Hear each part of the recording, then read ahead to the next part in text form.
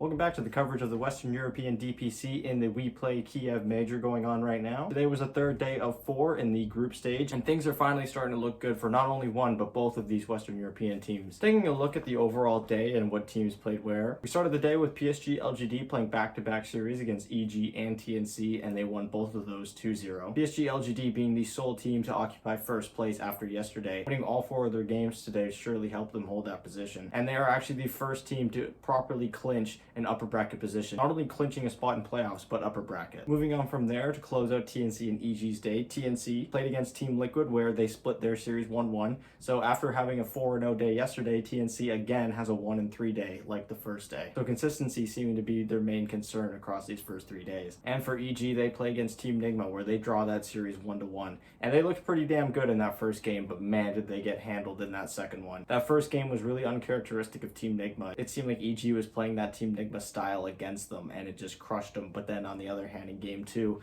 they just got absolutely stomped. Moving on to the B stream now, where Vici Gaming started their day playing back-to-back. They first started against Beast Coast, who they beat 2-0, and then moved on to play Team Nigma immediately after, where they got 2-0'd. Notably, Vici Gaming was tied for second place after yesterday with Team Nigma and Evil Geniuses, and because they put up a worse record today than Team Nigma, they are now holding third place. Team Nigma, Vici Gaming, and PSG LGD are the 3 teams that have secured themselves a spot in the playoffs. And like I said earlier, PSG LGD, the only team to actually have secured an upper bracket position thus far. And wrapping up the day, we had Team Spirit playing a back-to-back, first against Beast Coast, where they drew that series 1-1, and then next up against Team Liquid, who actually managed to get their first 2-0 of the group stage. Team Liquid looking like they've got a lot more life in them after today. Looking at the standings after day 3 of the group stage, like I had mentioned, PSG LGD, Vici Gaming, and Team Nigma, who are ahead of the pack, are the only 3 teams who have clinched themselves a spot in the playoffs. Meanwhile, TNC Predator and EG are both occupying an even record of 6-6. Then beneath them, we have Team Spirit and Team Liquid, who are actually tied at 4-8 right now. Team Spirit going 1-3 today, and Team Liquid going 3-1. Liquid managing to show signs of life after this third day. And then finally, at the bottom of the standings, we have Beast Coast,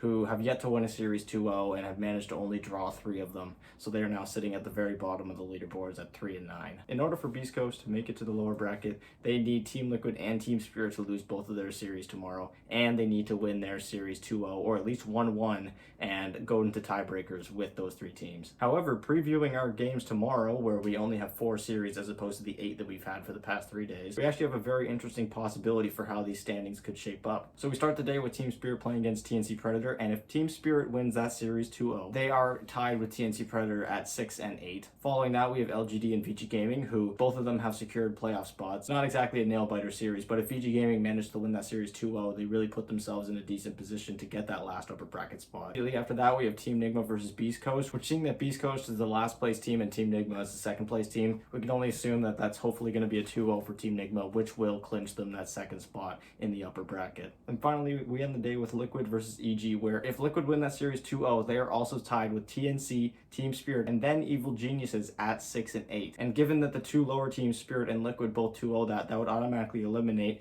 Beast Coast no matter how they do tomorrow. And it would also have a 4-way tiebreaker for that last spot getting kicked out of the group stage. Again, it's very unlikely because that requires 2 series to be 2-0 for the least favored teams, but it is still very possible. Now, after briefly looking at those standings, we're going to be jumping into our first team of the day, which is, as usual, Team Nigma. They maintain their spot at second place. However, they did play better than the 2 other teams that were tied with them yesterday, which was EG and Vici. So they are now the sole possessor of that second place position. They start their day, like I had mentioned, playing against Vici Gaming, where they 2-0'd them. Absolutely looking fantastic. They actually won those games, one of them being a 16-minute GG, and the next one being, I think it was a 24-minute GG, which was absolutely insane from them. It was just total domination the whole way through. And again, it was them playing their comfort heroes. Now the teams have started adapting to banning either IOAA or AA Mars or IO Mars against them. They seem to really be enjoying picking Lion DK first and putting mind control on that DK. And even flexing the DK. They put Miracle on that in the mid lane at one point in their second game against Vici as well. And just keeping mind controls on these playmaking heroes. It seems like whatever offlaner they're able to put them on that has a stun, that's where they're finding the most success. It's heroes like Bristleback and Doom where mind control really seems to be struggling and the team isn't really able to rally around him as much. And that's what happened in their next series when they played against EG. They lost that first game where EG just banned out tons of offlaners and Nigma made the mistake of saving their offlane pick for last when all of Mind Control's good heroes that he's been having so much success with throughout this tournament had been banned out, and he was forced to play the Bristleback into this Broodmother, which, need I remind you, they have banned several times. It is their most banned hero in this tournament, and the one game that they let it through, they get it first phase against them, and it's Ice Ice Ice Broodmother, which we all know is very deadly. And with the combination of Mind Control not being on a playmaking hero and that first phase Broodmother, they made quick work of Team Nigma in that first game. But like I had mentioned, with the adjustments made to the draft and getting Mind Control back onto a playmaking offlane, they got him that first phase DK again, and they just absolutely rolled Evil Geniuses in that second game. Evil Geniuses tried running an Arc Warden draft. It was the first Arc Warden we had seen in this entire tournament, and for good reason. It did not look very good. Granted, it was very well played by Team Nigma. They just gave him no space. But that just really seems to be the problem with the hero right now. This meta is incredibly fast. If you build any sort of farming item, even Maelstrom sometimes can seem like a grief. You're just going to get absolutely ran at, and you're not going to be able to hit any creeps for the rest of the game. You're going to lose entire map control. And because you invested all this money into a farming item, you're not going to be able to fight them out of your jungle. So yes, Team Nigma seem to have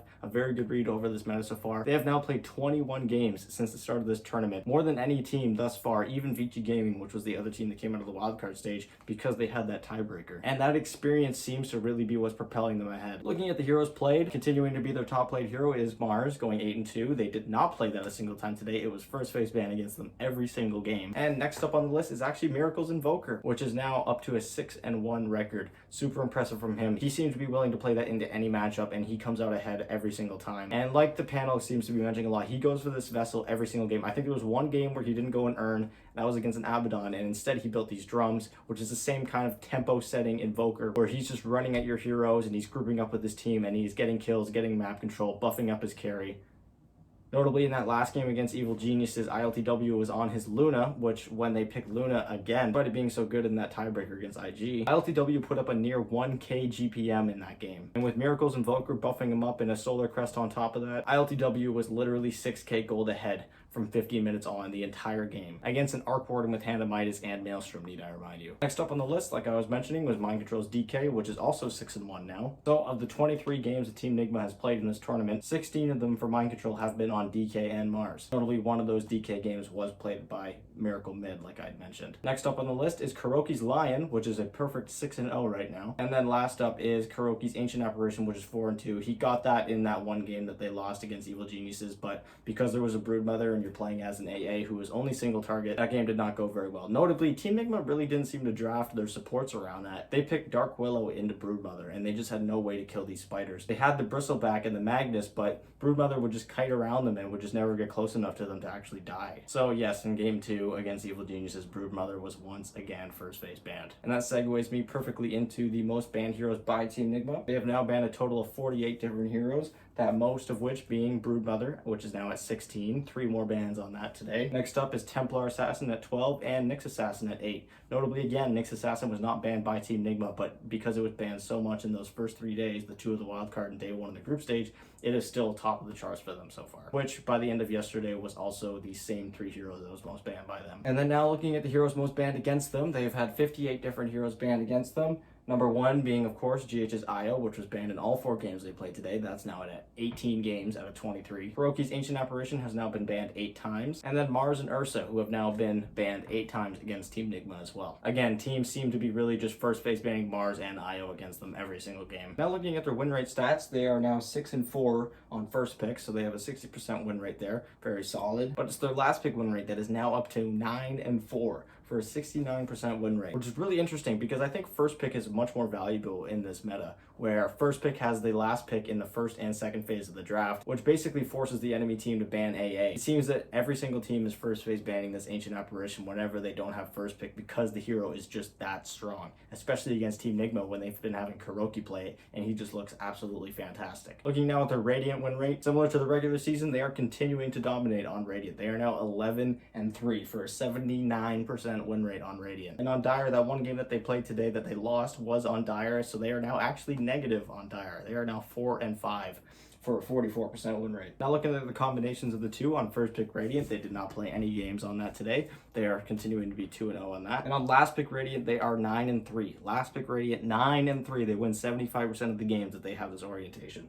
Looking at first pick on Dire, they are even 4-4, and on last pick Dire, they are 0-1. And after splitting their game ones and winning both game twos that they played today, both of them are now sitting at 7-4 records and a 67% win rate each. So yes, another fantastic day for Nigma. They picked it up a little bit after dropping a little bit of games yesterday that maybe they shouldn't have. And they are the only team of those three teams that were tied with them yesterday to go 3-1 on the day. So like I said, they are the sole possessor of that second spot. And tomorrow they play against the last place Beast Coast. So if they're able to win that series 2-0, they take that second spot to the upper bracket. And even if they manage to split that series 1-1, they are still at worst in a tiebreaker against VG Gaming, assuming VG wins their series 2-0, which need I remind you is against the first place PSG LGD, so it's very unlikely. Not impossible, but very unlikely. So yeah, Team Nigma are looking destined for upper brackets, so super exciting news for them. They've just been on an absolute roll since day 2 of the wildcard stage, and it's been super fun to watch them. They have looked fantastic. Speaking of fantastic, we are moving on to Team Liquid, who had their first fantastic day of the group stage. After going 1-7 after the first 2 days, and even 1-8 after the first game of today, they managed to win 3 games in a row after that. Not only splitting the series against the Red Hot TNC, who won 4-0 yesterday, but also 2-0ing Team Spirit, which is another team at the bottom of the bracket. If they had lost this series 2-0, that would have secured them an out of this tournament. So it was super important that they went into this series and won it 2-0, because now they are actually tied with Team Spirit. I think Team Spirit was really underestimating the power of the Sumail TA and the Broodmother, where in both games Team Liquid ran a Broodmother TA plus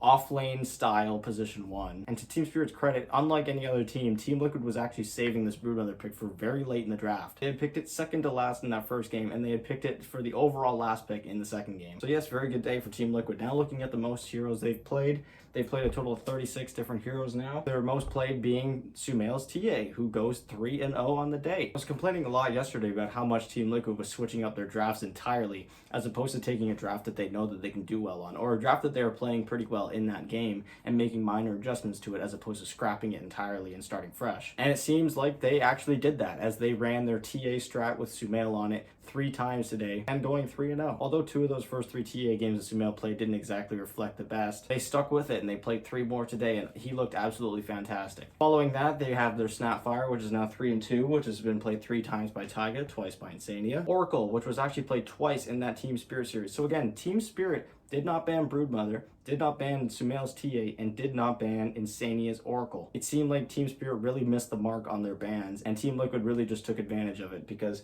they are now 3-1 on that Insania Oracle. The Tiny, they are 1-2 on. After yesterday, they were 0-2. It was played once today in the safe lane by Mickey, and Quakefu's Broodmother, which is 2-0 now, both of those games played, like I said, in the Team Spirit series. So in the 3 games that they won today, it was really when Mickey was playing these off-lane style tempo carries. The one game that they lost, he was on Faceless Void, whereas the games that he won, he was playing Carry Axe, Carry Mars, and Carry Tiny, which is something that they did near the end of the regular season 2, which I thought was really cool. So I'm glad they're finally going back to that, and I think they may have found their stride. It really seemed to work because it would just allow Mickey to come online so much sooner, and the offlaners that he was playing typically had low cooldown spells, so he was able to group up with the team more reliably. Now looking at their most banned heroes, they've banned a total of 40 different heroes now. They have banned Nyx Assassin in 10 of their 12 games, 9 of those being in the first phase. Viper, which was actually banned I think 3 or 4 times today, that is now at 7. And next up it is Wraith King, and that's supposed to say Timber. Those have both been banned 5 times. I'm going to change that real quick. There we go. Looking at the heroes most banned against them, that is going to be their Oracle with 7. So it has been picked or banned against Team Liquid 11 out of 12 games. Next up is their Enchantress, who was banned 7 times. And then we had Slardar, Broodmother, Faceless Void, AA, and Ember Spirit, all being banned 4 times. Finally, looking at their win rates, given that they are still 4-8, which is a 33% win rate total. Even after having a really good day today, all of their win rates are looking pretty crap, especially in comparison to the regular season numbers. On first pick, they are 2-3, so very respectable there. But on last pick, they are now 2-5, so a little bit shaky there, but getting better. On Radiant, they are 1-4, which is not very unusual for them. I was saying that their regular season, they're much better on Dire, and they played Dire 3 times today, and they won all 3 of them. So they are now 3-4, as opposed to yesterday where they were 0-4 on Dire. So again, really glad they're going back to their roots, what made them so successful in the regular season. They're back to Dire, and they're finally starting to win games on it. Looking at the combination of the two, they are 0-1 on first pick Radiant, and they are 1-3 on last pick Radiant. Whereas on first pick dire, they are even 2-2, so there you go. And on last pick dire, they are 1-2. And their game win rates, they are 1-5 on game 1, and they are actually even 3-3 in game 2s, which is actually better now than their game 2 record in the regular season. So yes, Team Liquid managed to have a very miraculous day 3, which is actually keeping them alive in these groups. However, since they are tied for second last place with Team Spirit, they need to win their series against Evil Geniuses 2-0 to give them the best odds so that at worst they play tiebreakers. If they get 2-0'd by EG, that puts them in a really dangerous position where Team Spirit, if they just win one game, they knock Liquid out. Again, Team Spirit plays the first series of the day tomorrow, so if Team Spirit loses both of their games there, that puts Liquid in a very good position to knock one of them out, as they have the last series of the day tomorrow. In between the two, we have Nigma versus Beast Coast, where if Beast Coast managed to miraculously win that 2-0, they are actually in position to knock out both of them, both meaning Team Spirit and Team Liquid, if they both lose 2-0. So yeah, again, this is going to be a very tight finale to this group stage, and I hope that you're all enjoying it as much as I am. It has been absolutely fantastic to watch these teams play against each other. Again, it doesn't look as competitive as the wildcard stage. At the same time, this is a very close group stage. It can go anywhere. There are still 5 teams that are at risk of going home if worse goes to worse for the top teams, and the bottom teams are able to win 2-0. But yes, that's going to do it for me. Thank you guys so much for watching my review of day 3 of the Kiev Major group stage. I'm going to be having a day 4 final day of the group stage review coming up tomorrow as well, where hopefully Team Liquid managed to secure themselves a spot in that lower bracket, and Team Nigma are able to hold their spot in that upper bracket position. Be sure to leave a suggestion, a like, and a prediction on how you think the day is going to go tomorrow. Again, I'm really hoping that Team Spirit and Team Liquid both win their series 2-0, and that Beast Coast loses 2-0, so that way Nigma gets second place, and then there's a 4-way tie for that second last place in the group stage. I think having 4-way tiebreakers would absolutely be insane way to end the group stage. So yeah, that's going to do it for me. Be sure to subscribe and be back tomorrow for my final day review, and I'll talk to you all later.